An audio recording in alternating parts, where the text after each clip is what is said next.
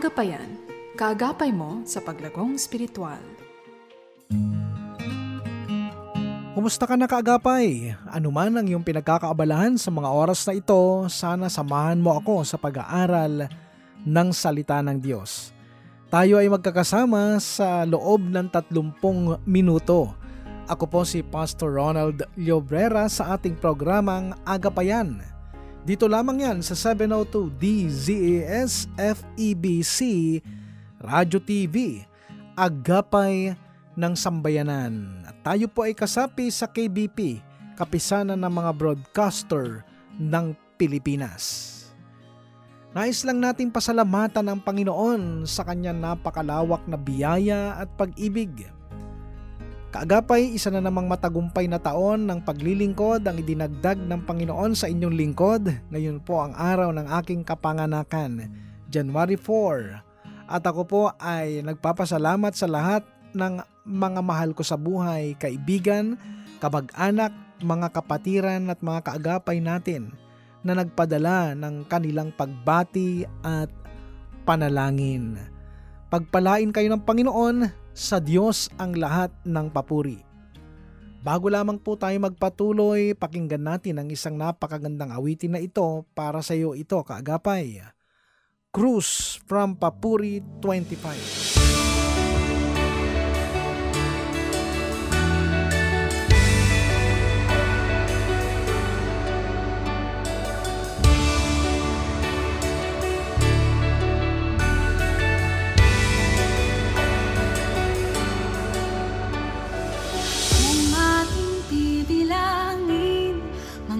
Pagpapalay isa-isahin,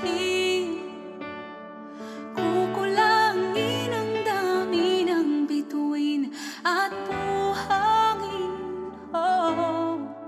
Higit sa kayamanan ng mundo, ang kaligtasan nating natamo. Kordero ng Diyos naging haing handog sa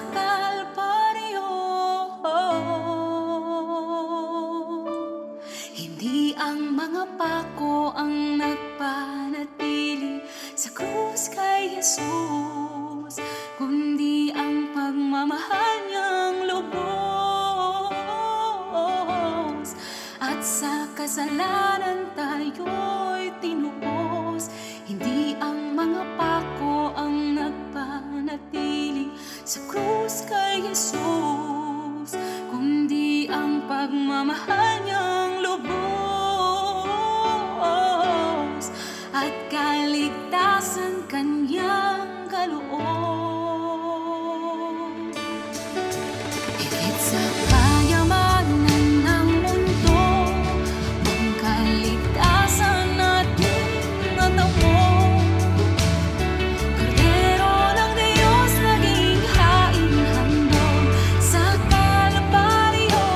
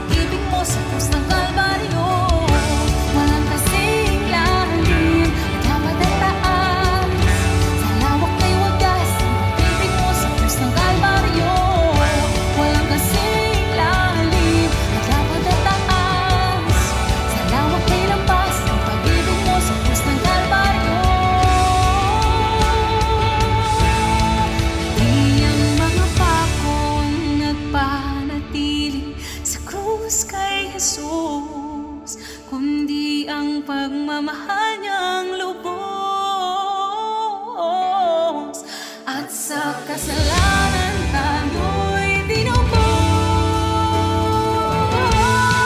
Hindi ang mga pako ang nagpanatili sa krus kay Jesus, kundi ang pagmamahal niyang lubos. At sa kasalanan tayo'y tinubos.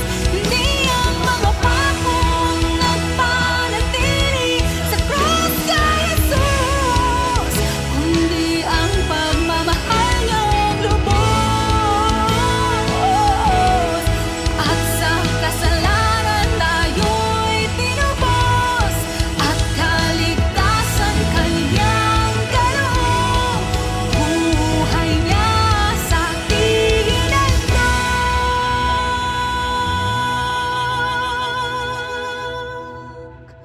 Si Jesus sa krus. Purihin ang Panginoon sa napakagandang awitin na yan. Tayo ay nagbabalik. Ito ang iyong kaagapay, Pastor Ronald Llobrera. At ikaw ay nakikinig sa ating programang Agapayan. Ang ating tatalakayin sa gabing ito ay tungkol sa pinanggagalingan ng ating buhay.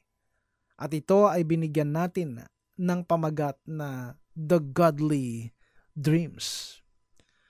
When we say focus, aside our eyes, it's all about our minds and our hearts. Dapat motivated ka. Kung papaanong nakatuon ang ating paningin, lalo na ang ating isip at puso. Ibig sabihin, in order for us to accomplish anything, we need to be focused. For the execution of our dreams, we must be focused and motivated. Halimbawa, kung gusto mong makapagtapos ng pag-aaral, you need to focus on your study. Huwag puro love life at lakwatsa ang inaatupag. Kung gusto mong makapag-work sa magandang company, mag-focus ka sa pag-a-apply. Kung gusto mong ma-promote sa work, mag-focus ka sa work mo para hindi ka laging palpak at para mataas ang evaluation ratings mo kapag nagkaroon ng evaluation sa inyo, then you will be promoted. Kung may pangarap ka sa mga anak mo na maging matagumpay sila someday, focus on them, gabayan mo sila. Mga magulang, ang mga anak ay kayamanan natin. The same with our spiritual life. In order for us to grow and to be promoted, we need to focus on the spiritual things. Focus on God. Pangarap mong maglingkod, magpastor, sanayin mo na ang sarili mo. Ngayon pa lang mag-focus ka na sa ibinigay sa iyo ng Lord na ministry. Ngayon pa lang maging responsible worker ka na. Kaso mukhang simpleng paggawa lang ng daily devotion ay kinatatamaran mo ba? Tapos pangarap mong maging pastor. Kailan ka magpo-focus kapag pastor ka na? Baka di mo kayanin. So it is balance. Our spiritual and our physical situations. Lahat siguro tayo ay may pangarap. At walang tao na ayaw niyang matupad, umaabot ang kanyang mga pangarap. Colossians chapter 3 verses 1 to 3. Since then you have been raised with Christ. Set your hearts on things above, where Christ is seated at the right hand of God.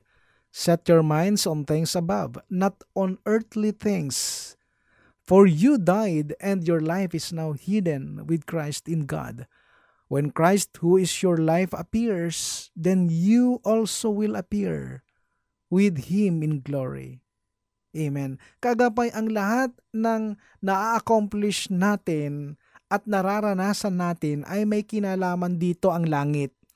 Yung mga blessings na nasa iyo, galing yan sa Lord. Amen? Meaning to say, ang Diyos ang nagbibigay katuparan sa mga dreams natin, sa mga pangarap natin. Kaya ang sabi ng binasa natin kanina, set your hearts on things above. Kasi minsan laging nasa material things ang puso natin. Kaya tuloy natatabunan yung love. Minsan ang gusto ng tao ay self-satisfaction. Ano pa ang sabi? Set your minds on things above, not on earthly things. Kasi minsan, lagi ng laman ng isip natin ay mga material na bagay. Masyado minsan materialistic ang tao. Hanggang ngayon, nangangarap ka pa rin tumama sa loto. Ang mga totoong blessings ay galing yan sa Lord. Kaya kung di ka magpo-focus sa Lord, hindi mo ma-acquire yung mga totoong pagpapala. Akala mo pag nasatisfied ka, blessed ka na, nagkakamali ka. Gusto mo magkaroon ng godly love life, di mag-focus ka sa Lord. Si Lord ang magbibigay sa iyo niyan. Yung iba kasi nakafocus na agad sa magiging partner nila para tuloy na uubusan. Gusto mo magkaroon ng magandang ministry, yung magagalawan mo talaga yung calling mo, di mag-focus ka sa Lord. Huwag mo na ministry agad. Kasi kapag nag-focus ka sa Lord, si Lord ang maglalagay sa'yo sa ministry kung saan may calling ka talaga. Anyway, lahat naman ng ministry maganda. Marami lang pagkakataon na namimili talaga tayo. Kasi kung di ka magfo-focus sa Lord, baka yung ministry mo ngayon, baka hindi yan yung calling mo. Baka yan ay sarili mo lang kagustuhan, kaya madali ka mapagod, madali ka magsawa at mawalan ng gana. Alamin mo yung water cycle, evaporation. Habang nagpo-focus ka sa spiritual things, nag-iipon ka ng blessings, material things. At kung napasayo na yung blessings, ibinagsak na sayo. That's what we call the shower of blessings. But the problem is, there were things that binds our minds in order for us to be defocused and demotivated. What are those things? Fear, doubt, weakness. Pinagkatiwalaan ka ng ministry, puro kahinaan naman ang ipinairal mo. Insecurities, wala kang tiwala sa sarili mo. Laziness, lahat kinatatamaran mo, pati panalangin at pagde-devotion. There will be a tendency that we want to stop. We will stop dreaming at wala nang mangyayari sa buhay natin. So, what are we going to do? How to stay motivated and focused? Number 1, you need to know your passion. You got to know what you want to do. You got to know your calling. Knowing your desire, knowing your direction. A journey without direction is very dangerous. Suntok sa buwan ang tawag doon. Imagine an airplane without flight destination. Sasakay ka ba doon? Parang mga terorista yata ang nakasakay doon. Yung mga suicide bombers na anytime pasasabugin na lang ang eroplano at walang matitira kahit isa. Para makapag-focus ka, alamin mo kung ano ang desire ng puso mo, kung ano ang passion mo. Maraming tao gumagawa lang na hindi alam kung ano ang kalalabasan ng kanilang ginagawa. Kaya madalas nasasaktan sila sa huli. Maraming mga tao ang suntok sa buwan ng kanilang buhay, di alam kung ano ang gustong gawin. Nalilito, napapagod at nangangarap ng gising. Even in the Lord's vineyard, you need to know your passion. Saan ka ba tinawag ng Lord para makalakaran mo ang tamang direksyon ng paglilingkod mo? Kasi may mga nagmi-ministry na naliligaw ng landas, kung hindi naman yung ministry ang naligaw at nasira. Kasi hindi yun yung passion nila. Know your passion and go for its direction. Kung may passion ka sa isang bagay, kahit gaano kahirap gagawin mo, kahit gaano pa katagal maghihintay ka, kahit gaano pa kasakit makakatiis ka, kasi passion mo. May suggestion si Paul about this. Philippians chapter 4 verse 8, finally, brothers and sisters, whatever is true, whatever is noble, whatever is right, whatever is pure, whatever is lovely, whatever is admirable, if anything is excellent or praiseworthy, think about such things. Number 2, you need to know your why in life. Dapat kaya mong sagutin yung mga why mo sa buhay. Why do you want to do what you are doing right now?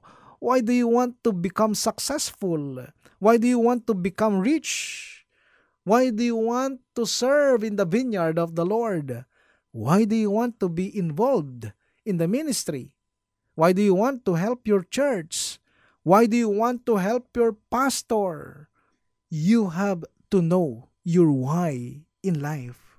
Because I do believe that if you know the why part of your life, the how part will take care of itself. Pwedeng di ka tanggap ng iba. Maybe they don't believe in what you are doing.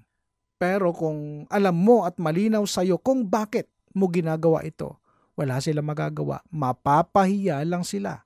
Ang mahirap kasi ginagawa mo ang isang bagay na ikaw mismo, hindi mo alam kung bakit mo ginagawa. So, very important that you got to know your reason why. Your reason why you are living. Your reason why you are serving. Your reason why you are offering yourself as a pleasing sacrifice. Baka mamaya bigla kang tanungin ni Satanas, Brad, sis, bakit ka pa nabubuhay? Bakit ka nagmi-ministry? Bakit ka nagsa-song lead? Bakit ka tumutugtog ng gitara? Kung mababaw ang sagot mo, ipe-persecute ka ni Satanas. Laliman mo. Sabihin mo sa kanya, Satanas, patay na ako. Si Jesus na ang nabubuhay para sa akin. Amen? Number 3, you need to know your strategy. How to execute your why. Your plan is very important. You got to know your enemy. You got to know the strength of your enemy. You got also to know the weakness of your enemy, as well as yourself. What is your strength and what is your weakness? Maximize your strength in order for you to reap what you want in life. Alamin mo kung saan ka malakas at gamitin mong mabuti ang lakas na yan for the glory of God. At labanan mo ang iyong kahinaan. Huwag kang magpaalipin sa iyong sariling kahinaan. Galatians chapter 5 verse 1, it is for freedom that Christ has set us free. Stand firm then, and do not let yourselves be burdened again by a yoke of slavery. Maraming tao alipin sila ng sarili nilang kahinaan. Dapat yung lakas mo ang ipairal mo.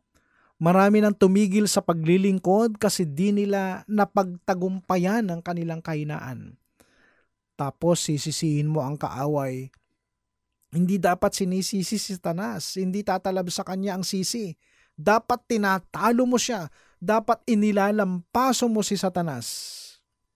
Halimbawa, binubulungan ka ng dyablo. Ano kung bulungan ka niya? Di bulungan mo rin siya. Pag binulungan ka ni Satanas, sabihin sa'yo, talunan ka. Sagutin mo siya. 2,000 years ago, inilampaso ka na, Satanas. Pag sinabihan ka ni Satanas, tamad ka. Sabi mo, not anymore. Kasi kung tamad ako, wala ako ngayon dito, hindi ako nakikinig ng salita ng Diyos. Dati, binulungan ako ni Satanas noong mga nakaraan. Sabi niya sa akin, sakitin ka. Sabi ko sa kanya, hindi na ngayon kasi inilipat ko na sa'yo ang lahat ng sakit ko. Ayun, hindi siya nakapunta ngayon dito kasi inatake yata ng high blood si Satanas. So, you know already your passion. You know already your why.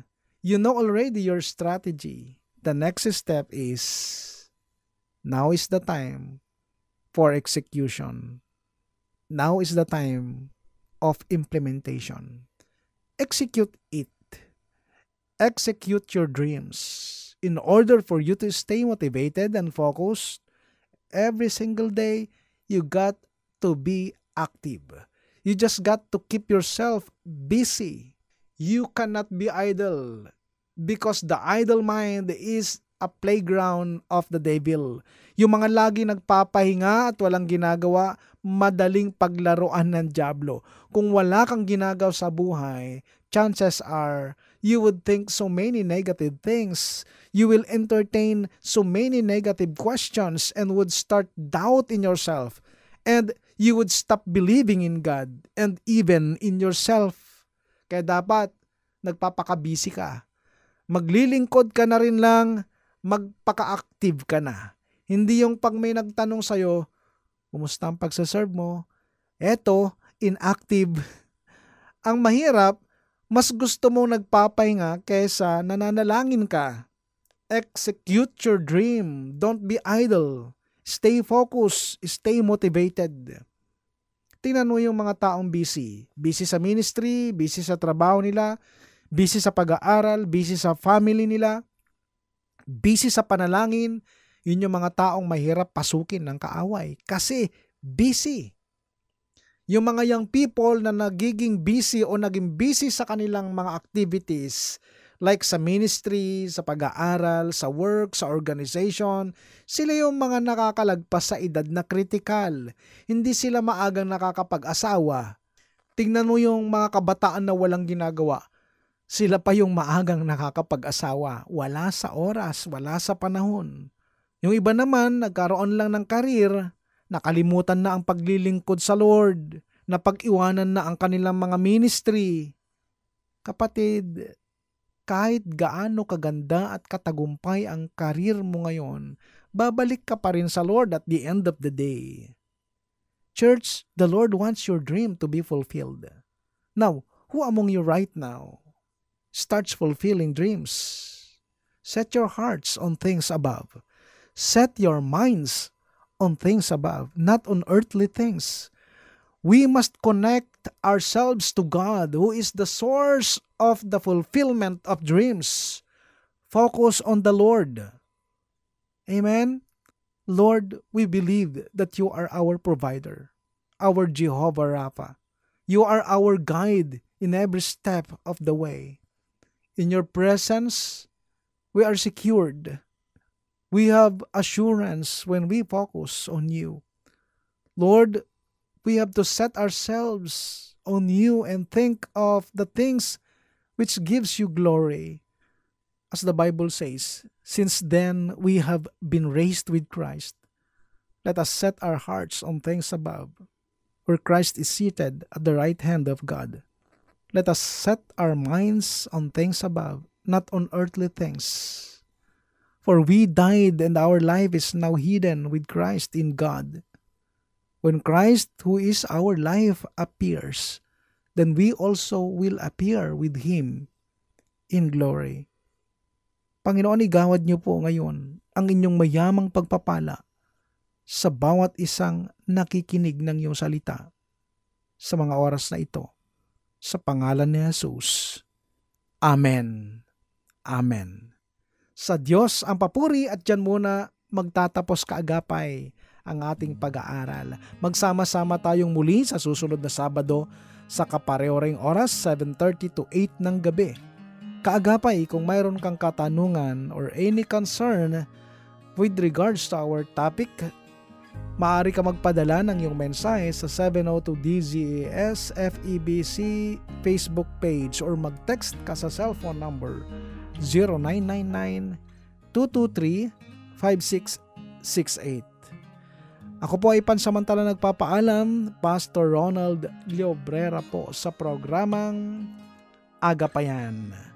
Pagpalain ka ng Panginoong Hesus. Agapayan, kaagapay mo sa paglagong spiritual.